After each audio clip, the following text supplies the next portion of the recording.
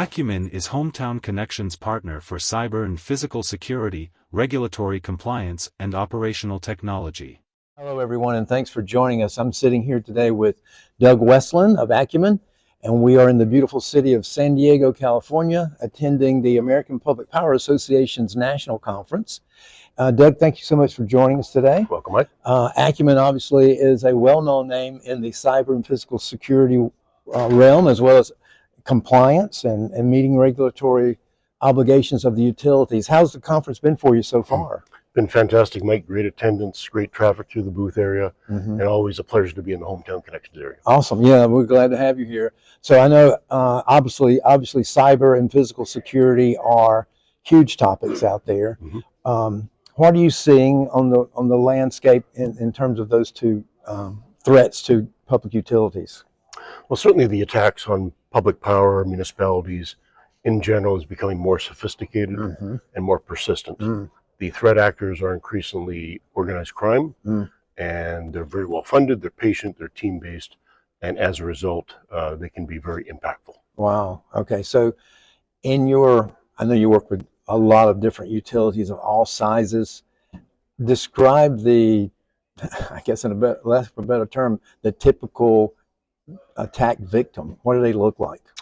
So the threat actors are preying on two aspects. One would be the insiders, the staff of the utility municipality itself, trying to disguise themselves, trying to have that person click a link, etc., to establish a ransomware.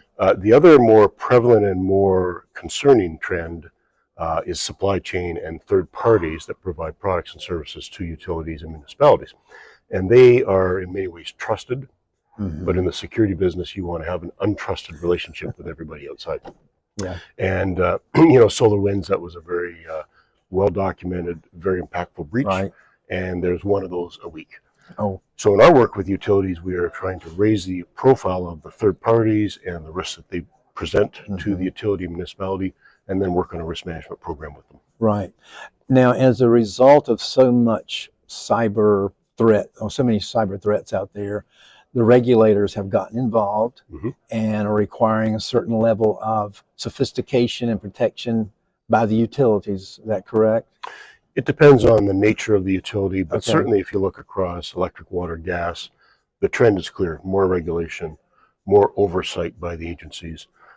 Some are starting very basic, some are more advanced in the electric sector, like the bulk system, where there's the NERC SIP standards that are quite extensive.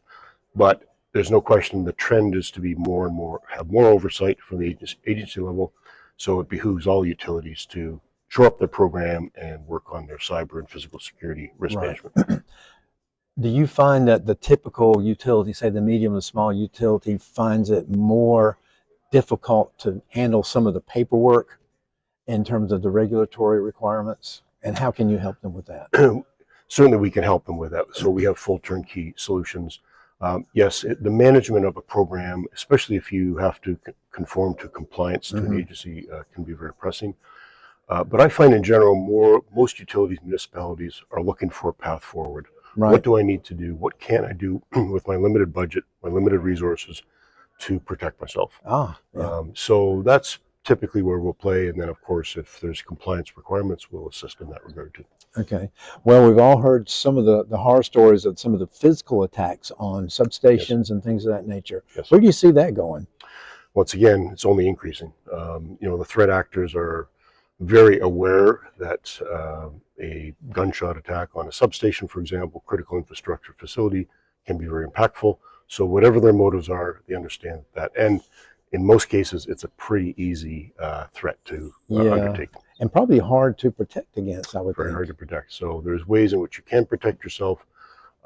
We recommend certainly to have a physical security program with risk assessment and monitoring of your facilities, and then to have the adequate protection.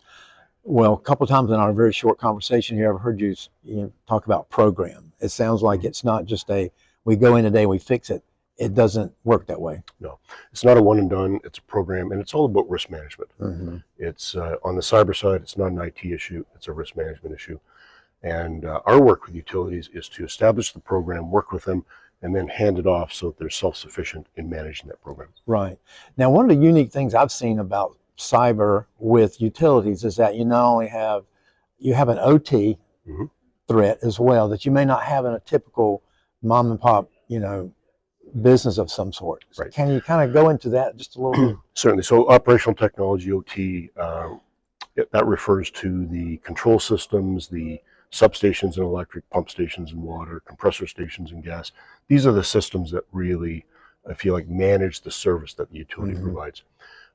They're more difficult to protect. There is nuances of those technologies that, unlike IT systems, make it more difficult to defend. And the threat actors, once again, have determined that that's a very attractive target. If I can compromise or breach a control system, an operational technology element, that's a very attractive target and Wow. worth money.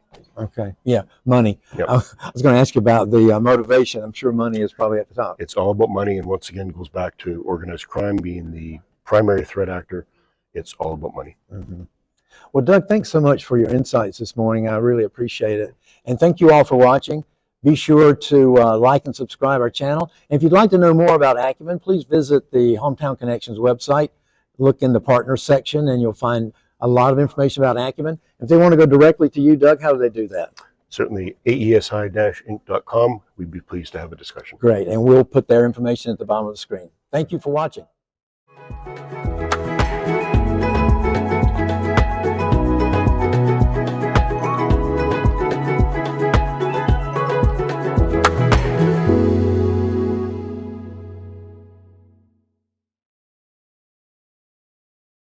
This has been a production of Hometown Connections.